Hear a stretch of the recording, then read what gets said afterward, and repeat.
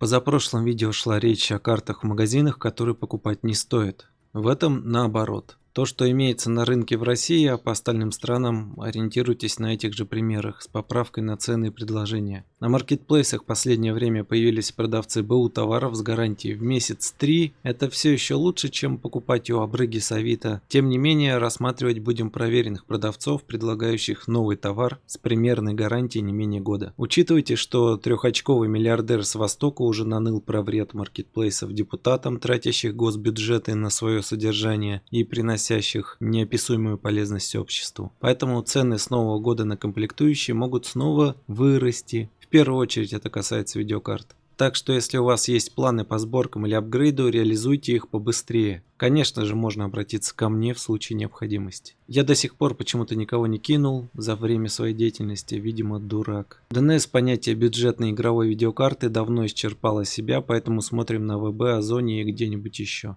10 место даем Radeon RX 560 на 4 гига от 5000 рублей. Да, это жопный кал, если вы владели более-менее приличной картой. Если же у вас до сих пор сохранился какой-нибудь 2-гиговый некрополип Кирилл, эта видяха даст ощутимый прирост в старых играх. Сразу предупрежу, все новинки она не вытянет, и в целом игры на Unreal Urine 5 ей будут либо не по зубам, либо попросту она не сможет их запустить изначально. Отсутствие поддержки лучевой дресни и мэш-шейдеров это неприятно. Однако за эту цену, как за новую видяху на полноценной гарантии, да, рефаб, но вам плевать, и каких-то известных нерешаемых проблем с несовместимостью железа у нее не было. Ставить можно как в старое ведро, так и в относительно свежее. Если же вы не богатый фанат гей-видео, фатальная ошибка.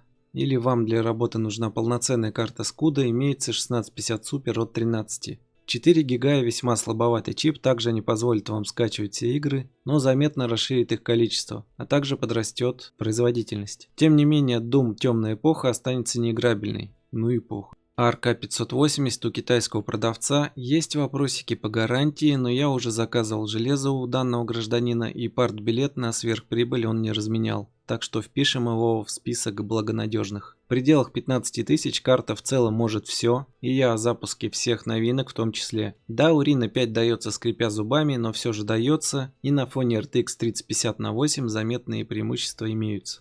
RX 6600 в пределах 18 уже довольно устаревшая карта, но при сравнении с Аркой 580 выглядит поувереннее, однако за это придется и доплатить. В качестве аналога имеется RTX 2060 Super, тоже карта, которая передвигается в 2К 25 с тросточкой и в целом погорячее. Но как и всегда, CUDA поддерживается заебись, а если ее нет, то какого хрена что-то может стоить тех же денег.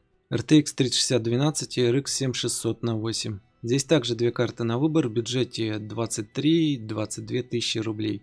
Честно говоря, 3060 все еще звучит, плюс памяти побольше, а в ряде игр нужно именно чуть побольше. От 8,5 до 10 гигов, но чтобы не переплачивать. И позапрошлое поколение может вам это предоставить за вполне вменяемые деньги даже сегодня. Слегка дешевле имеются новые арки B570 и B580 от 18 до 22.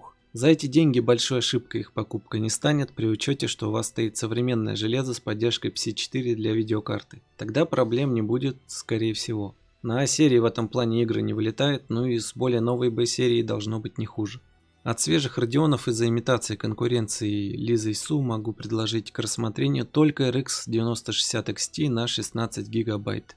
От 36,5 тысяч. 8-гиговая версия слегка дешевле, но уже многие заявили об их проблемах. Дело в том, что карты AMD, скажем так, чуть хуже распоряжаются своим объемом видеопамяти. И этого уже хватило, чтобы версии на 8 имели проблем больше, чем те же 8-гиговые карты от Nvidia. Странность в том, что у них вроде как 16 линий, и это не должно проявляться, но слухи уже есть, так что я бы просто поостерегся. 9060/16 крепко скачивают все игры, но на фоне тех же 6800 XT, которые можно достать с рук в хорошем состоянии и значительно дешевле, возникает вопрос, а зачем она нужна?